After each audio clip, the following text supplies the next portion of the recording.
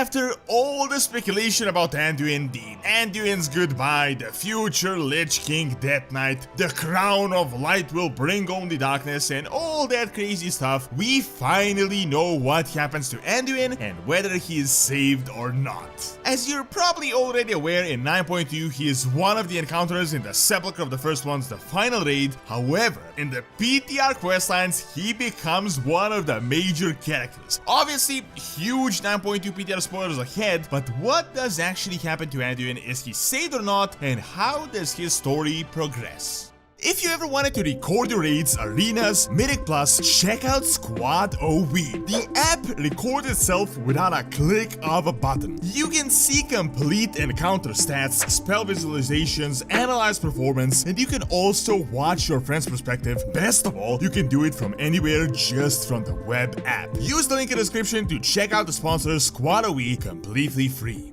As you're already aware by this point, Anduin was handpicked by the jailer, and he first became his main agent and weapon, and later on essentially just replaced Sylvanas as she had betrayed him. Zola used Anduin to gather the sigils, which ultimately helped him break free, reach the Arbiter and Zedit Mortis, and up until most of the final raid, he is actually a servant of his. We have seen cinematics where he is still mind control in early 9.2 questlines, but ultimately all of that ends after his encounter. Now, the Anduin boss fight was datamined some time ago, and most of the details are still unclear, but now we have more info than we ever had before, and despite not knowing what it is that happens exactly, we know the end result 100%. The entire questline starts with Sylvanas and that new cinematics that you have probably already seen by now, where she awakens, there is that entire conflict, she remembers her old memories and all that stuff. Essentially, everyone is kind of against her and hates her, but they're like, well, you're going to be useful. Thus far, it seems like her usefulness will be proven to an extent, as she does play some sort of a role in freeing Anduin. During the main questline, we learn that the jailer has breached the Sepulcher, Jaina is super against Sylvanas, but Uther defends Sylvanas, saying that she was the one that held the Morn blade that bound Anduin and that she knows the way forward. Jaina says she will never trust her, but Uther's like,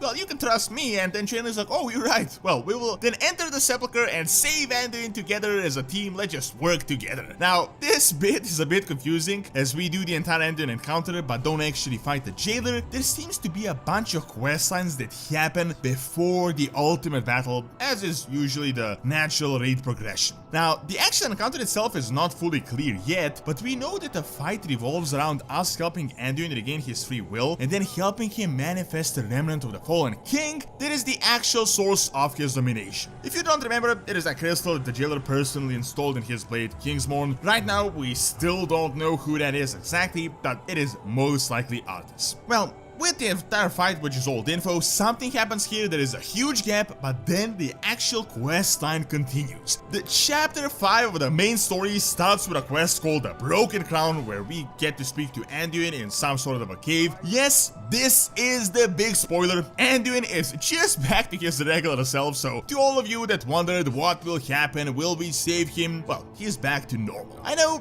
Blizzard foreshadowed this and made it seem like some sort of a Lich King will happen, that we will need to kill him, that he will be completely broken or something crazy like that. Of course, the patch still isn't completely out yet, but right now, it seems like just Anduin is just super confused, as if he woke up from a really long slumber and is weak, but it doesn't seem like he's just corrupted, undead, broken, or anything bad like that. While I'm personally glad that he returned, I feel like this is super underwhelming to what we had speculated, as all that stuff that Blizzard told us, like, he will never be the same, he will be changed forever. Essentially, this just meant that he's a bit confused and a bit groggy from this entire ordeal. Well, nonetheless, now that Anduin is saved, he actually becomes a large part of the questline chapters that ultimately lead to the Helm of Domination and us fighting the jailer. Now, I'm not going to spoil you the entire questline, as you can watch that in greater detail anywhere, but I will give you a really quick summary on what actually happens. So, essentially, after Anduin is freed, now the Helm of Domination is put in the focus of everything.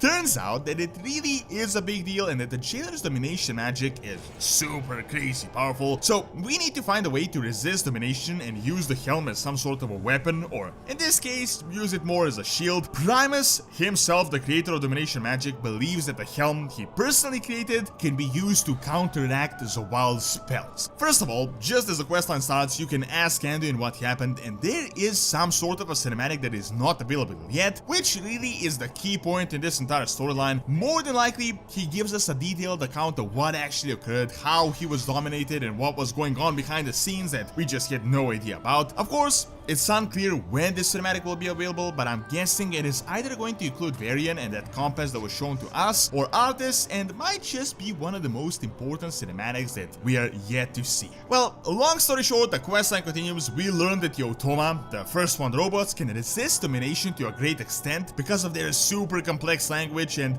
that leads us into all this time gate stuff where we start learning about this mysterious ancient language. A bunch of other things happen, but ultimately, what seems to be the culmination of the entire expansion occurs. We infuse the shards of the Helm of Domination with memories of those who suffered from it, which is pretty much everyone from our little crew, and then a very underwhelming reforging the Helm cinematic happens. Primus says it is time to remake what has been broken and that this new helm will be used as an instrument of free will. Sylvanas then notes that a Lich King will never rule in Icecrown again. Then we get the cheesiest lines of everyone saying for the Shadowlands, for Azeroth in the future, and then the Primus ends this by saying this will be the end of Zoval. So ultimately we get the lamest looking helm ever, possibly the biggest downgrade in all of Warcraft history. The fabled Helm of Domination from the iconic Warcraft 3 Frozen Throne cinematic turned into a starter gear looking green item that will now apparently be used as a weapon to resist domination magic and defeat this crazy jailer. Now,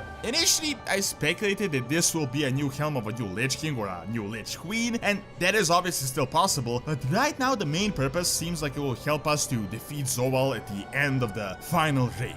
Of course, it is still too early to think about that yet, as we don't know what will happen, but big spoiler, the jailer is ultimately defeated and we get some type of a celebration, which is quite akin to the Draenor is free, Draenor is now saved ending. Now, I know I'm being super cynical in these videos, but I'm definitely just really disappointed in what happened in this entire storyline. If I had to take a shot, I guess the helm is going to be used against the jailer, and there's probably going to be some sort of a beam, Azerite beam that hits the jailer, and he's going to say something really cheesy like, impossible, I've completely underestimated you mortals, and he's just going to collapse, and now we're gonna celebrate, yeah, everything is freed. Also, sadly, thus far, it doesn't seem like we get any more hints from Artis. We still don't know what the remnant of the Fallen King is or who it is, but since Artis doesn't appear in the questlines, it does seem like he might only have a super minor role, which is kind of weird since there was that entire storyline in the Afterlife's Bastion. However, seeing what happened to so many characters thus far in the Shadowlands, honestly, it might just be for the best if they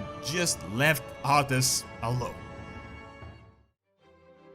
Thank you for watching. Check out Are These the New Races to come to WoW by clicking on the screen, and check out Doronsmovies Academy for videos on real world history. See you next time.